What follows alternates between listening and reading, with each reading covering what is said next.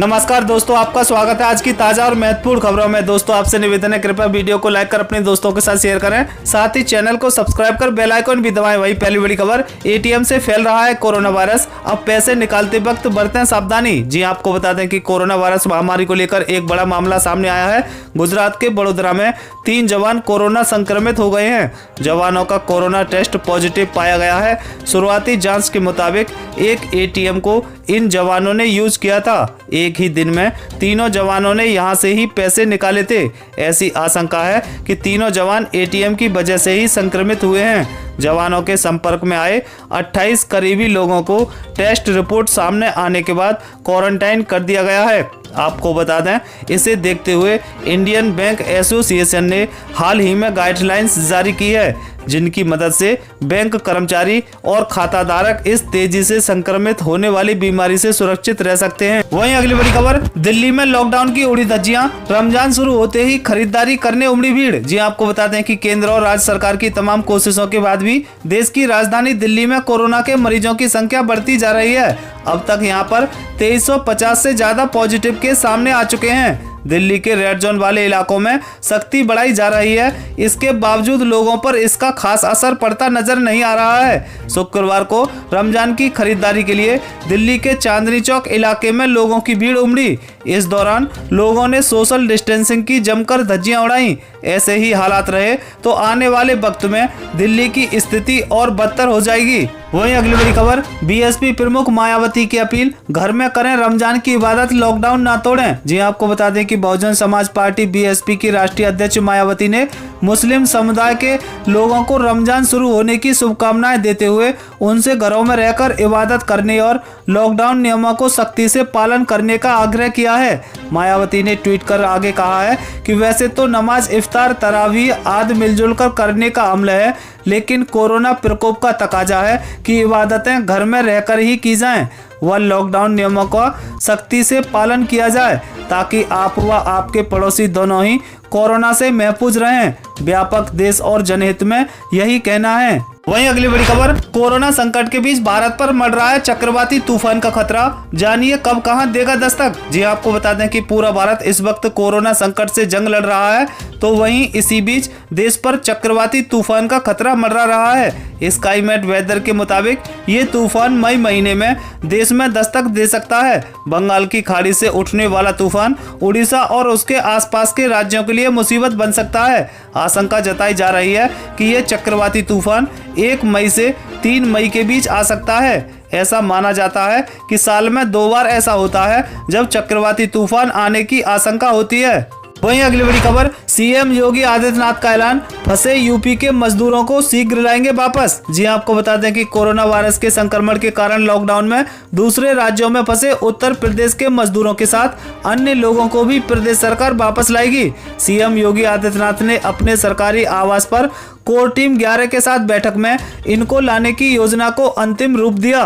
Corona virus के संक्रमण के दौरान लंबे लॉकडाउन में प्रदेश के हर स्तर की व्यवस्थाओं में जुटे सीएम योगी आदित्यनाथ ने अपनी टीम को निर्देश दिया है कि देश के हर राज्य में फंसे उत्तर प्रदेश के लोगों को शीघ्र वापस लाने का इंतजाम करें।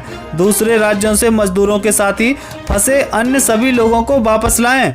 वहां पर 14 दिन क्वारंटाइन करने वाले सभी लोगों के साथ ही मजदूरों को वापस अपने राज्य में लाया जाएगा। इन सभी को प्रदेश में लाने के बाद यूपी शेल्टर होम में रखा जाएगा। इसके साथ ही इन सभी को आर्थिक मदद भी दी जाएगी। इनको प्रदेश सरकार राशन किट और 1000 रुपया देगी। वहीं अगली बड़ी खबर, भारत में पिछले 24 घंटे में सामने आए सबसे ज्यादा मामले, 37 लोगों की हुई मौत। जी आपको बता दें कि भारत की कोरोना वायरस के खिलाफ जंग जारी है। कुछ राज्यों में राहत जरूर मिली है, लेकिन कई ऐसे राज्य हैं जहां स्थिति चिंताजनक बनी हुई है। देश में कोरोना वायरस से संक्रमित लोगों की संख्या 23,000 के पार पहुंच चुकी है। शुक्रवार शाम स्वास्थ्य मंत्रालय के मुताबिक भारत में कोरोना वायरस संक्रमितों की संख्या बढ़कर 23,452 हो गई है।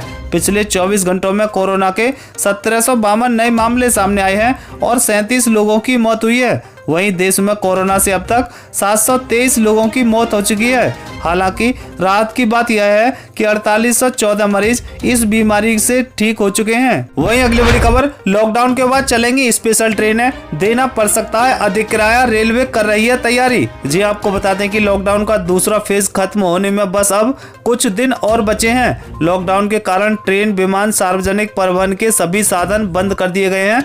ऐसे में लोगों के मन में सवाल उठ रहे हैं कि क्या 3 मई के बाद ट्रेन सर्विस शुरू की जाएगी। हालांकि इसे लेकर कोई आधिकारिक जानकारी साझा नहीं की गई है, लेकिन मीडिया रिपोर्ट्स की माने तो रेलवे लॉकडाउन के बाद सर्विस शुरू करने के लिए खास फॉर्मूले पर विचार कर रही है। आपको बता दें कि मीडिया रिपोर्ट के सूत्रों के हवाले से बताया गया है कि लॉकडाउन खत्म होने के बाद रेलवे सर्विस शुरू करने के लिए स्पेशल पैसेंजर ट्रेनों को चलाने पर विचार कर रही है। इन ट्रेनों को जोन में चलाने की योजना पर विचार किया जा रहा है। अभी तक सिर्फ ग्रीन जोन में ट्रेन चलाने की योजना बनाई गई है। वहीं अगली बड़ी खबर, शिक्षा मंत्रालय की बड़ी पहल, अब छोटे किए जाएंगे स्कूल पाठ्यक्रम। जी आपको बता दें कि कोरोना के घातक संक्रमण को देखते हुए जहां स्कूल के जल्द खुलने की उम्मीद कम है, वहीं इसे देखते हुए पहली से लेकर 12वीं तक के स्कूल कोर्सों को अब छोटा करने की भी तैयारी शुरू हो गई है।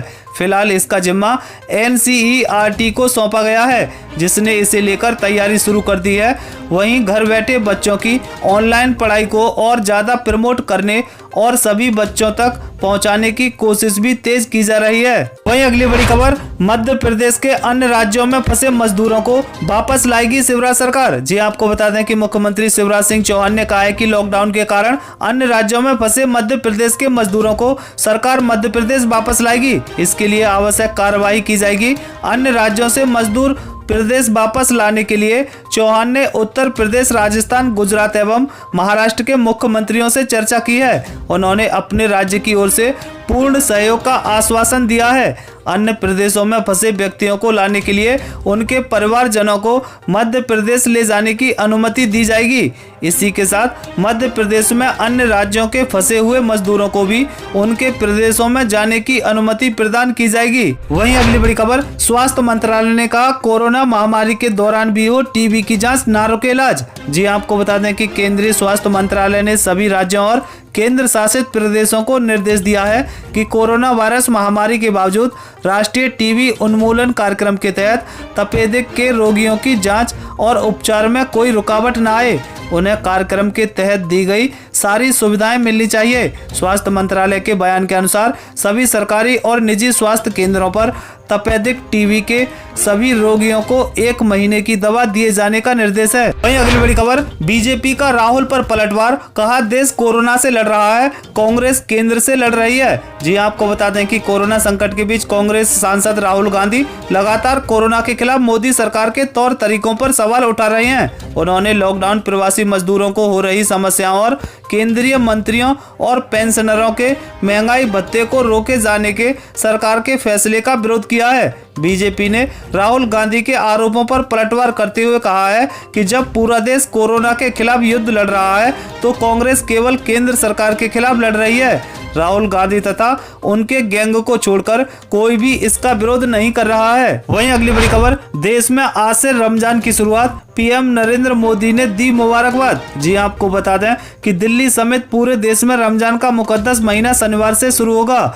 दिल्ली समेत देश के अलग अलग हिस्सों में शुक्रवार शाम रमजान का चांद नजर आ गया। उलेमा ने कोरोना वायरस को देखते हुए मुस्लिम समुदाय से घरों में ही इबादत करने की अपील की है। पीएम मोदी और उपराष्ट्रपति वेंकैया नायडू ने रमजान की मुबारकबाद दी है। वहीं मौसम अपडेट, फिर बिगड़ेगा मौसम, जाने किन इलाकों में होगी बारिश, चलेगी धूल भरी आंधी। जी आपको बता दें कि पश्चिमी विक्षोभ के पूर्व में आगे बढ़ने के चलते देश के विभिन्न हिस्सों में एक बार फिर मौसम की बेरुखी देखी जा सकती है। मौसम का पूर्वानुमान जारी करने वाली निजी एजेंसी स्काईमेट वेदर की रिपोर्ट में कहा गया है कि अगले 24 घंटों में हिमाचल प्रदेश, उत्तराखंड, पश्चिम उत्तर प्रदेश, उत्तरी और उत्तर पूर्वी मध्य प्रदेश और दक्षिणी हरियाणा में हल्की बारिश के साथ साथ 1-2 स्थानों पर मध्यम बौछारें पड़ सकती हैं।